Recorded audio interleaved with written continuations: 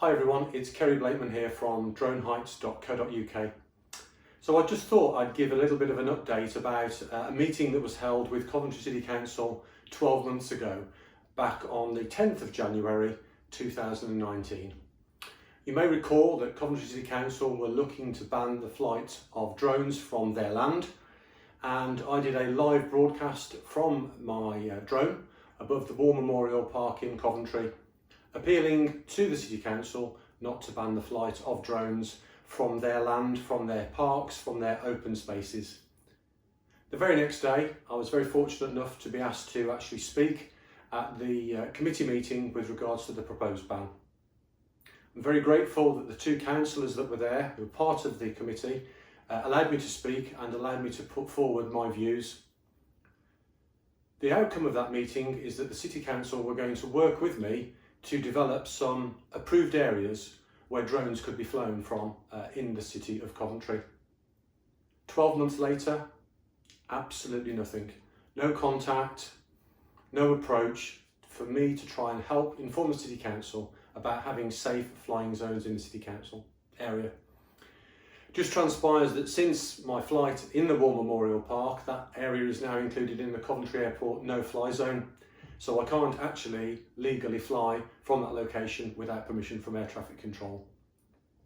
So as the City Council, under what Act of Parliament were they actually saying that the flight of drones from their land, from the parkland, which includes Coombe Abbey, which is outside of the city boundary, what legislation were they using? And they pointed me to the City of Coventry bylaws from, would you believe it, 1875. So these bylaws are very difficult to get hold of, but they relate to the pleasure grounds. Now, pleasure grounds for you and me are basically parks, and listed in the bylaws are all the parks in the city of Coventry, and it also includes, as I've said, Coombe Abbey, which is just outside the city but is owned by the City Council and the land. And what they tell me is that according to these bylaws, which were made by some very forward-thinking people back in 1875, it says in section 5, a person shall not bring or cause to be brought into a pleasure ground, which is a park between me and you, any truck, machine or vehicle other than, and then it goes down to list a list of exceptions. The City Council legal people are telling me that a drone is a machine.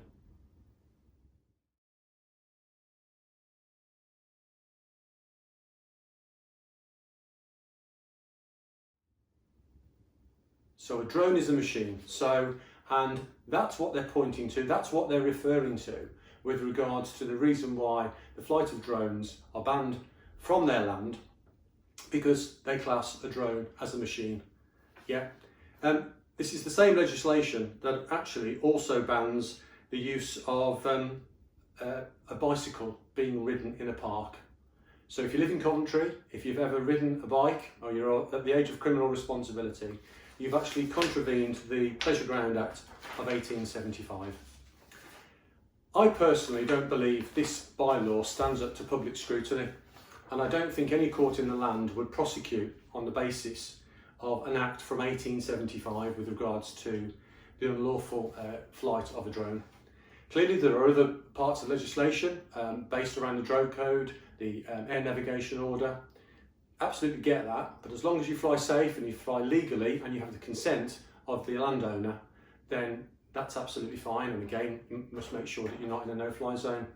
But the City Council's viewpoint is that any flight from their land is illegal based on the bylaws of 1875. So I did some government research, and I found on their own website to do with bylaws a consultation requirement, and it says as follows: some types of bylaw can be controversial and may attract objections if those who will be affected have not been consulted. These include bylaws in respect of horse riding and the use of metal detectors and power-driven model aircraft. We consider that in such cases, local authorities should ensure that the adequate local consultation has taken place before adopting such measures. So it's quite clear from the government's own website that if local authorities are going to impose restrictions, local bylaws, they should actually consult with the public. The purpose of me meeting with the council was to try and help them, guide them and inform them as to how I felt that actually drones should be allowed to be used from certain locations within the city boundary. And I point to Warwick District Council, who actually have 2 areas where you can actually fly your drones to designated areas. So there you go, nothing at all, absolutely nothing from the City Council for the last 12 months, which is very, very disappointing, I'm sure you'll agree. So the last 12 months for the drone world has seen lots of developments. Now you'll see my drone over my shoulder there. So by the 30th of November, you had to register yourself as a flyer and also get an operator's ID. I think it's known as Damaris. So I've now qualified. I've paid my £9. I'm valid for 3 years, and I've got my flyer ID actually attached to my drone. Now also this year, there's been the first reading of the Air Traffic Management and Unmanned Aircraft Bill. That actually took place in December 19. So that was the first reading, not 2020 as I just said. So back in December 19 was the first reading of that bill.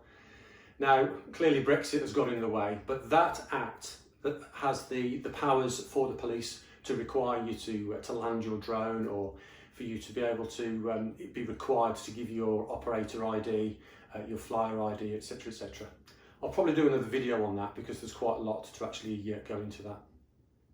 So if we look forward for the next 12 months, again, there's going to be lots of changes in the drone world.